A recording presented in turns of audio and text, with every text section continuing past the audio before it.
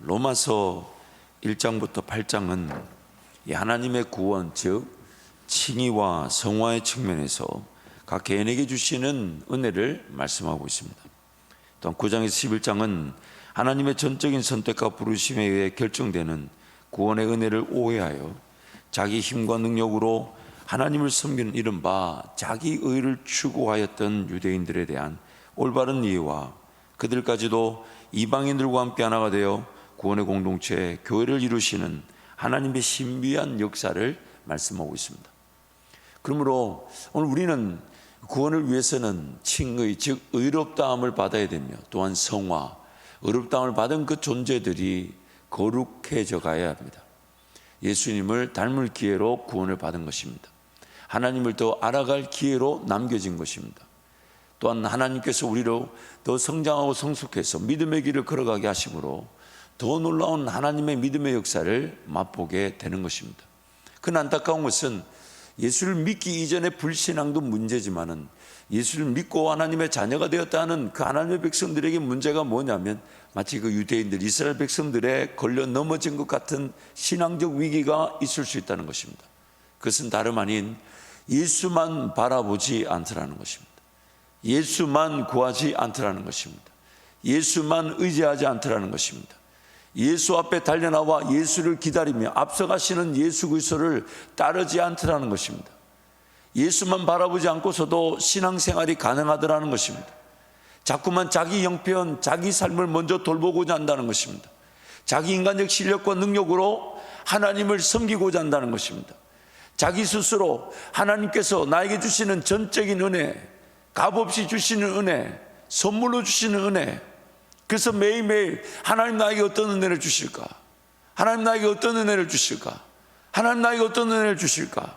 마치 그 선물을 기다리는 그 자녀의 마음처럼 하나님이 주실 그 선물을 기다리고 기대하며 사모하며, 그것이 마치 포장을 뜯어보는 즐거움, 그 안에 선물을 맛보는 기쁨, 그러면서 그 선물의 그 기쁨과 즐거움으로 신앙생활하지만 또한 나에게 또 베푸실 은혜, 또 베푸실 능력, 더 알게 하실 것이고, 더 꿈꾸게 하실 것이고, 더 걸어가게 하실 것이고, 더 감당되어지게 할 것이나, 그러나 그 길을 걷다 보니까 어느새 나도 모르게 날마다 내가 죽어야 됨을 알고, 날마다 내가 부인되어야 되심을 알고 주님 앞에 달려나와 은혜를 구하며 기도하며, 세상 모든 사람들은, 심지어 하나님 은혜를 모르는 자들은 과연 기도만 하면 되냐라고 물을 때 기도만 하면 된다고, 그러나 그 말씀 속에서 하나님을 알아가고 경험하면서 기도의 자리에서 그 말씀이 열매를 맺고 그 말씀이 마치 성육화되듯 예수 그리스도가 내 삶을 통해 나타나듯 그 기도의 자리에서 주님을 뜨겁게 체험하는 일, 그것이 예수 바라보고 예수 의지하고 예수 부르는 것인데, 그거 없이도 내 삶이 사라지더라는 겁니다. 심지어 신앙생활이 가능하더라는 거예요. 그러다 보니까 어느 순간인가 예배 자리가 즐거움과 환희가 되어야 되는 것이고, 기도의 자리가 주님 사랑 때문에 감격과 기쁨이 넘쳐나는 것인데, 그거 없이 신앙생활 되고 있다면 오늘 나를 뒤돌아봐야 되지 않냐는 겁니다. 오늘 나를 뒤돌아봐야 되지 않냐는 말. 물론 긴장감이 있습니다. 그 기쁨과 즐거움이 될 예배와 기도가 어느 순간 그냥 마지못해 해야 되는 기도, 그러다 보니까 어쩔 수 없이 기도되어질 때가 있죠. 문제 어려움을 당하고 아픔과 상처와 고통에 있을 때에 그제서야 기도할 때가 있지만, 그 긴장감, 우리의 연약함, 우리의 죄인됨으로 인하여 그런 긴장감이 있습니다. 그냥 우리의 삶의 궁극적인 내용이자 목적은 뭐냐면 예수를 맛보는 것이고 하나님을 경험하는 것이며, 하나님 살아계신다면 지금 이 모든 문제는 하나님께서 나에게 허락하신, 아닌 허용하신 뜻이 있으실 거니까 인내하며 바라보면 넉넉히 이기게 하실 것이고, 만약 그렇지 않다 하신다면 이 모든 과정이 하나님의 영광의 기회가 되게 하실 것이니까, 하나님 우리 영광을 받으실 것이니까, 그래서 내 삶을 어차피 하나님께 달려있는 것인데 주님 의지하고 주님 바라보며 주님과 동행하는 것이 인생의 행복인 것인데, 이 행복과 이 기쁨이 어느 정도 사라진 것은 내 인간적인 힘과 생각으로 삶을 살고자 하는 욕심 때문이더라는 겁니다. 그래서 신앙생활이 시작된 그 시점에서 가장 큰 위기는 유대인들이 걸려 넘어졌던 그 위기, 그리고 오늘 우리 삶의 그 위기가 있을 수 있다는 것입니다. 로마서 12장부터는 하나님의 구원의 역사로 인해 구원 얻은 각 성도는 주님의 몸된 교회를 이루는 구성원으로서 서로가 서로를 돕고 섬기며 함께 교회를 세워 지역과 나라와 민족을 섬기는 하나님 나라로 세워져 가게 되더라는 것입니다. 그래서 12장부터 16장까지 이제 구원받은 성도, 또 그 성도는 교회로서의 성도, 교회를 이루는 성도, 또한 그 교회는 지역과 나라와 민족, 세계를 향해 뻗어져 가는 하나님 나라를 정복하고 다스리고 충만하고 하나님의 통치와 다스리심을 드러내는 자유케 하는 백성, 자유케 하는 나라를 세우는 교회로 만물을 충만케 하시는 예수 그리스도의 몸된 교회들로 세워지게 되더라는 것입니다. 그래서 첫 번째 12장에서 다시 한 번 더 우리에게 강조하는 것은 구원은 올바른 반응의 기회라는 것입니다. 저와 여러분의 삶은요, 하나님 그분의 은혜에 반응할 기회로 살아가는 겁니다. 이 구원은요, 하나님 그분이 믿어지고 하나님 그분의 살아계심 앞에 그럼 나는 어떻게 반응해야 되는가? 올바른 반응의 기회로서 시작이 구원인 것입니다. 구원받기 이전에는 하나님 그분이 안 믿어졌잖아요. 살아계심이 안 믿어졌습니다. 하나님 그분을 찾고 싶은 마음이 없었습니다. 반응이 될 수가 없었죠. 그러나 이제 구원을 받았던 우리는 이제 반응하기 위해 살아가는 겁니다. 하나님께 반응하는 겁니다. 그래서 하나님을 경험하고, 그리고 하나님 그분이 믿어지니까 그럼 나는 오늘 이 시간과 물질로 하나님 어떻게 반응할 것인가, 어떻게 고백할 것인가, 결국 그것이 감사가 되더라는 것이죠. 죄 가운데 빠져 죽을 수밖에 없었음에도 불구하고 하나님께서 영원 전부터 영원까지 사랑하기로 작정한 선택과 그들의 제 영원한 속죄를 통한 하나님의 의로운 자녀로 부르시고 함께 하심이 우리가 얻은 구원입니다. 그렇다면 구원을 얻은 백성들의 합리적인 반응은 무엇일까요? 왜냐하면 신앙은 하나님께 올바르게 반응할 수 있는 능력이기 때문입니다. 신앙이라는 것은 하나님께 올바르게 반응할 수 있는 능력이기 때문입니다. 점점점 신앙이 좋아진다고 뭐가 좋아지는 거냐면 하나님의 살아계심이 더 확실하게 믿어지고, 하나님의 살아계심이 믿어지니까 지금 나는 어떻게 반응하게 되냐면 예전 같았으면 두려워했을 것인데 좀 덜 두려워하거나 담대해지죠. 결국 신앙은 그 하나님을 하나님답게 믿고 반응할 줄 아는 능력입니다. 평생의 숙제죠. 좀 더 쉽게 표현하면 얼마나 좀 덜 떠는가, 그거 아니에요 여러분? 신앙의 능력이 뭡니까? 옛날 같았으면 바다바다바다 떨었을 텐데, 표현이 조금 너무 빠르게 지나가 발음이 잘 안 됐습니다만 그렇지 않아요 여러분? 옛날 같으면 엄청 떨었을 텐데 좀 신앙이 좋아지니까 어떻게 됩니까? 떨긴 떨지만 어떻게 돼요? 좀 덜 떨죠. 왜요? 이제 알죠? 떨어보니까 소용이, 여러분 떨어보니까 소용이 있던가요 없던가요? 아무 소용이 없어요. 나만 손해, 나만. 차라리 그 떠는 시간에 김 목사를 위해 기도하고, 그 떠는 시간에 담임 목사 축복하고 훨씬 열매가 다르죠. 그렇죠? 왜요? 떨어본들 소용이 없어요. 결국 벌벌 떨었던 그 시간의 결론은 그냥 천국 가게 해주십시오, 이걸로 결론이 나게 될 텐데, 그렇지 않나요? 그럼 우리 신앙의 능력은 뭐냐면 살아계신 하나님이 더 믿어지고 또한 믿어진 대로 내가 반응하는 거, 그게 결국 신앙의 능력이었단 말이죠. 팀 켈러 목사님 글을 하나 소개하면요, 산 제물이 된다는 것은 하나님의 뜻에 자신의 전부를 내맡기는 것이다. 능동적으로는 하나님이 말씀하는 것이면 그것이 무엇이든 기꺼이 순종하겠다는 것이고, 수동적으로는 하나님이 우리 삶에 허락하신 것은 무엇이든 기꺼이 감사하게 받아들이겠다는 의미다. 하나님의 살아계심을 믿고 내 삶을 보면 어떻게 반응해야 될지, 그래서 적극적으로 보자면, 내가 걸어갈 측면에서 보자면 하나님께서 어느 길로 인도하시든 나는 순종하겠습니다. 그러나 내 죄로 말미암아 피할 수 없는 문제, 어려움, 아픔 이런 것들에 대해서는 하나님께서 그 모든 것이 은혜로 이겨지게 할 것이니까 저는 감사만 하겠습니다. 감사만 하겠습니다. 지나고 보면 이 두 가지밖에 안 남아요. 두 가지밖에 안 남아요. 하나님 은혜에 대해서는 감사하고 베푸신 은혜에 대해서는 적극적으로 순종하는 것. 이 두 가지밖에 안 남아요. 그게 바로 우리의 예배였던 것입니다. 하나님이 기뻐하시는 삶을 살아갈 수 있도록 구원을 받았기에 하나님은 온전히 기뻐하며 즐거워하는 것, 즉 예배가 구원의 이유이자 목적인 것입니다. 이게 오늘 우리 올바른 반응이라는 거예요. 산제물로 드린다는 것은 살아있지만 죽은 존재로서 하나님께 삶을 내어드리고 맡기는 것입니다. 이미 우리는 구원을 받을 때 깨닫게 됩니다. 나는 이미 죄와 허물로 죽었더라는 겁니다.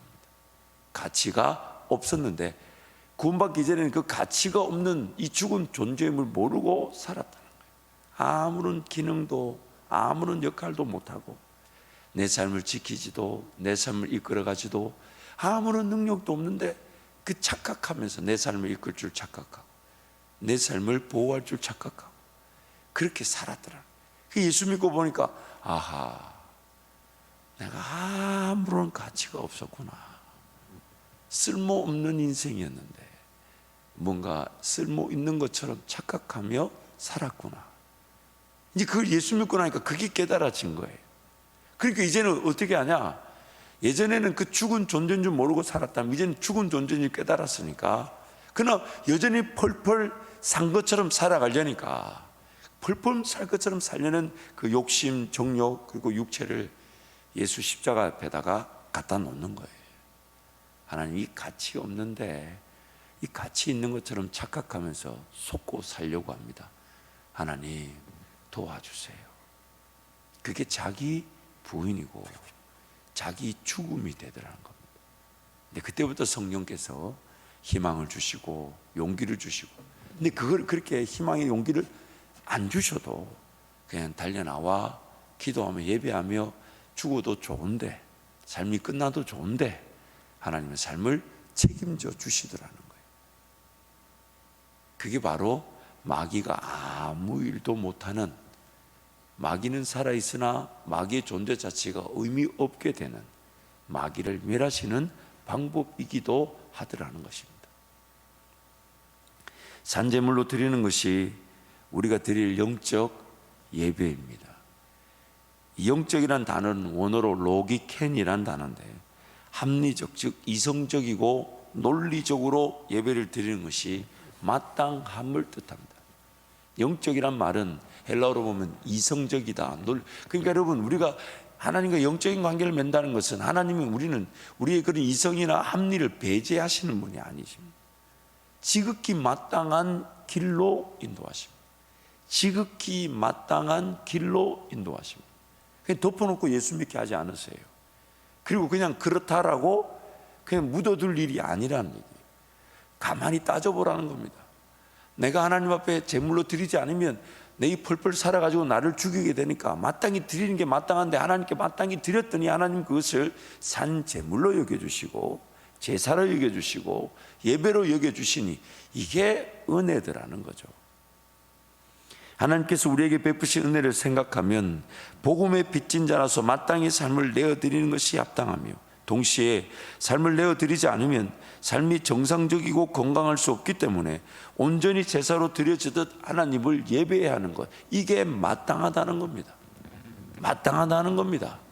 더 나은 복을 받기 위해서가 아니라 내 삶을 하나님께 드리지 않으면 드리지 않은 내 삶이 나를 괴롭히게 되고 그러나 그게 아니더라도 예수님 나를 피로 값주고 사셨다 하니까 복음의 빚진 자로서 마땅히 내 삶을 드려야 되지 않냐 이 말이에요. 합당하지 않냐 이 말이에요. 지극히 마땅하지 않냐 이 말이에요. 그래서 우리는 산제사로 하나님을 예배하는 것입니다. 두 번째, 산제물, 이것은 영적인 예배 또한 변화를 받은 분별력이다라고 말씀합니다. 살아있지만 죽은 존재로서의 삶, 이것이 예배이며 하나님을 기쁘시게 해드리는 향기로운 제사입니다. 산제사와 같은 예배자의 삶은 하나님의 선하시고 기뻐하시고 온전하신 뜻을 분별할 줄 아는 삶입니다. 그가 선택하는 게 예배라는 거예요. 그가 결정하는 게 하나님을 기쁘시게 해드리는 일이라는 거예요. 그가 걸어가면 걸어갈수록 복 있는 사람, 즉 말씀을 중심으로 말씀 위에서 말씀 따라 말씀을 이루는 삶을 살더라는 겁니다. 그의 전 인격적인 생각, 느낌, 감정, 말, 행동, 문화, 습관, 오락, 돈쓰미, 시간 씀씀이 이 모든 것들이 하나님을 기쁘시게 해드리는 향기가 된다는 거예요. 그래서 산제물, 산제사, 영적인 예배, 변화를 받은 분별력, 하나님을 거절하고 불순종하며 살아가는 세상과 세대 속에서 하나님의 뜻을 분별할 줄 아는, 즉 마음을 새롭게 함으로 변화를 받아 하나님과 동행하는 삶, 산제사, 영적인 예배, 변화를 받은 분별력. 마음을 새롭게 함으로 변화를 받는 것은 분별력이라는 열매를 거두게 됩니다. 그래서 말씀과 기도로 거룩하게 해주고 또한 성장하게 되는 것입니다.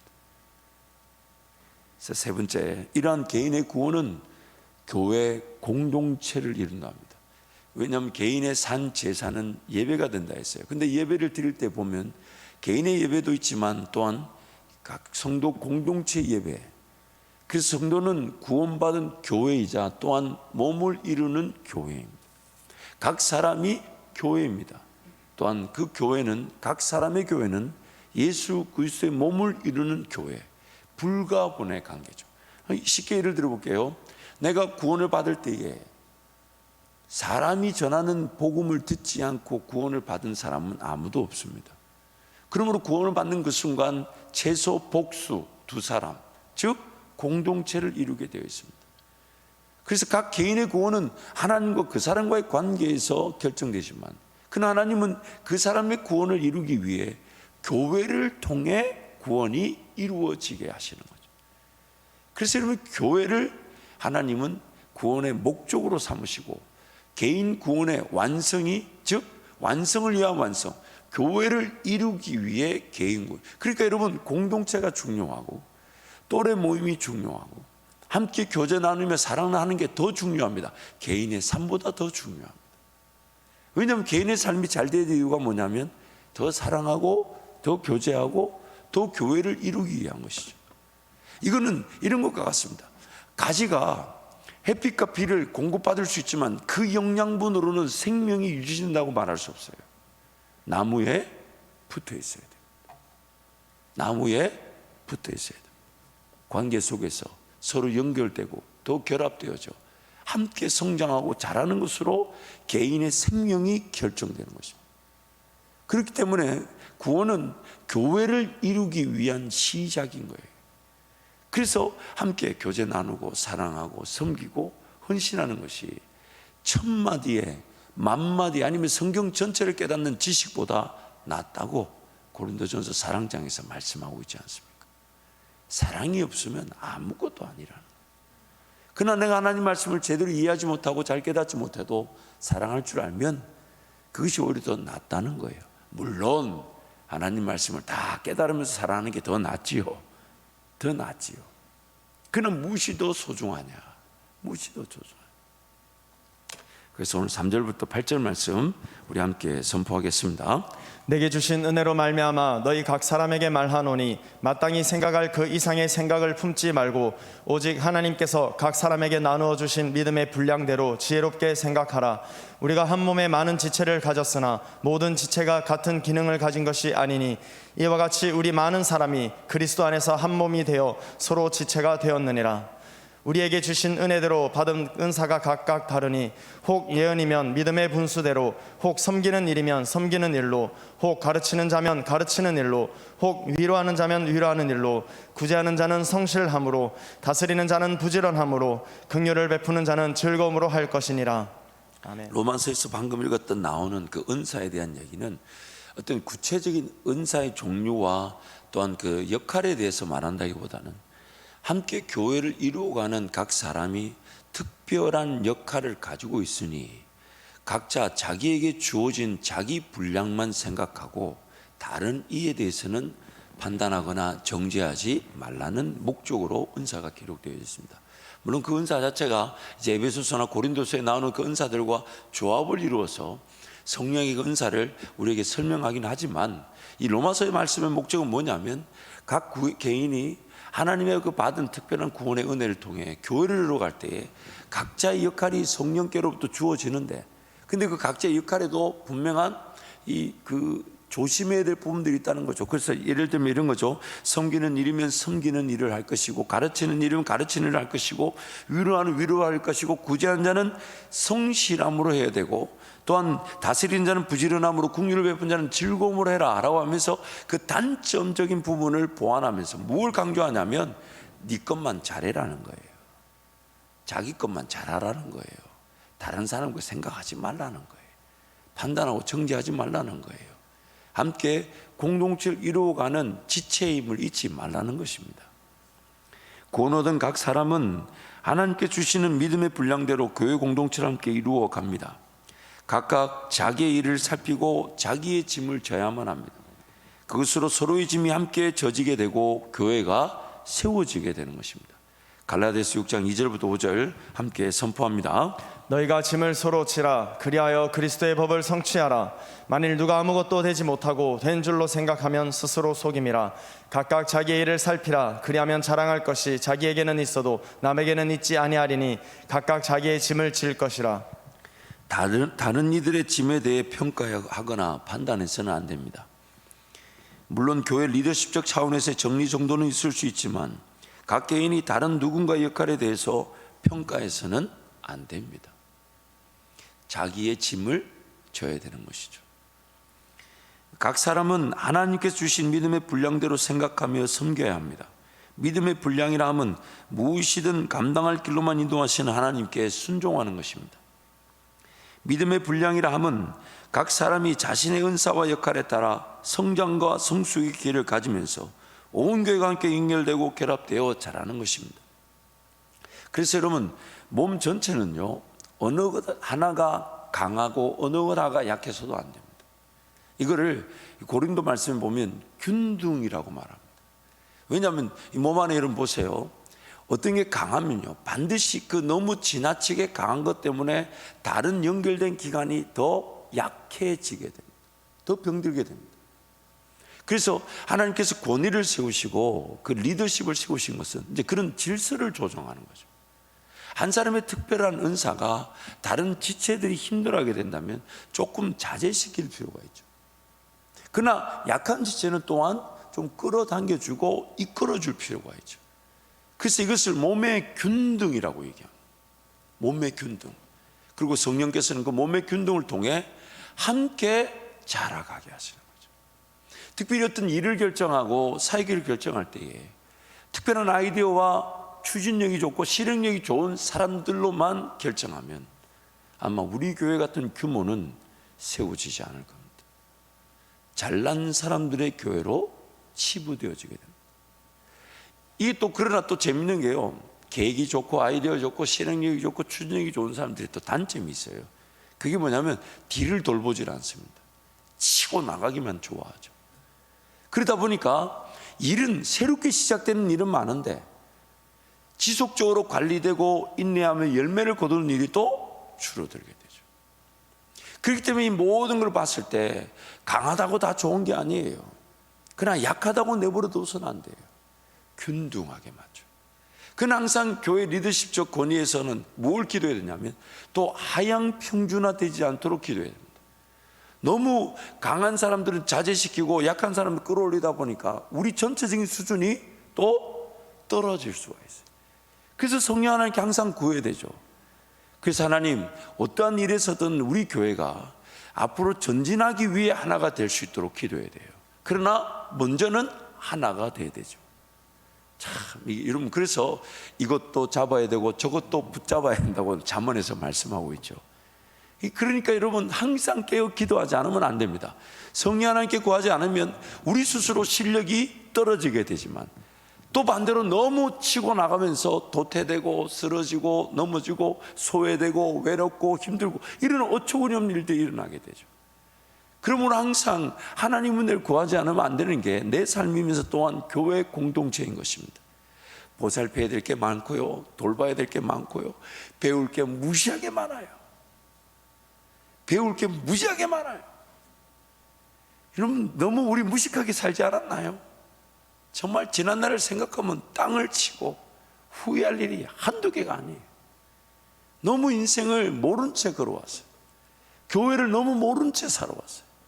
하나님의 그 비밀을 너무 덮어두고 살았어요. 다 하나님 드러내주기를 원하시는데, 저는 이 말씀을 묵상하면 저부터 먼저 배우지 않습니까?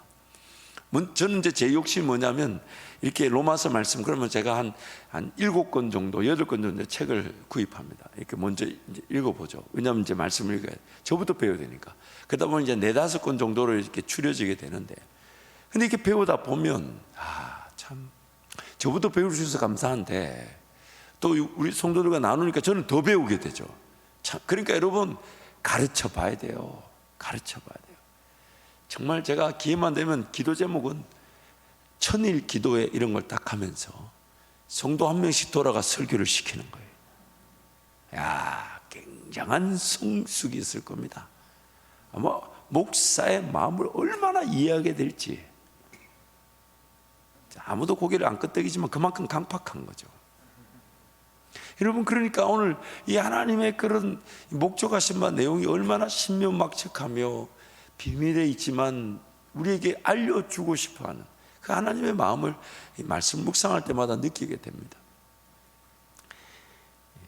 성령 하나님께서 각자에게 주신 은사들을 발견하고 그 은사에 따라 역할을 감당하면서 은사는 더욱 확실하게 열매를 맺고 은사를 받은 성도는 더욱 거룩해지듯 성장하게 되는 것, 이것이 믿음의 분량에 따라 그 사람에게 은사가 주어지고, 또한 그 믿음의 분량에 따라 그 은사를 받은 사람은 성장하게 되되, 각 그 성도가 그 은사에 따라 성장할 때 그 연결과 결합을 통해 함께 지어져 가는 게, 이게 바로 구원 얻은 성도가 교회를 이루는 목적이 되는 것입니다.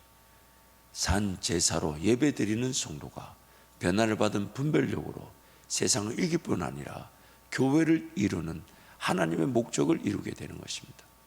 그러므로 오늘 저와 여러분, 신앙이라는 것은 올바른 반응을 할 수 있는 능력입니다.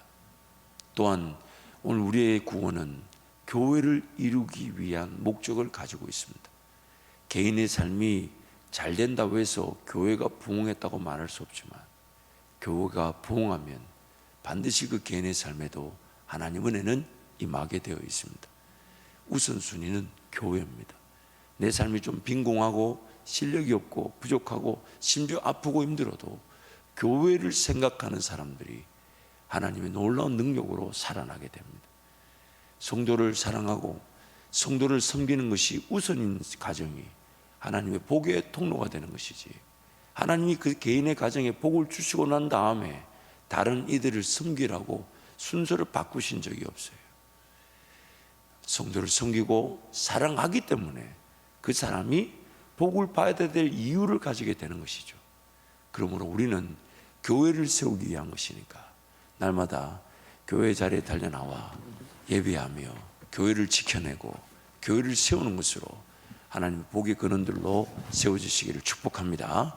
우리 찬양하시겠습니다.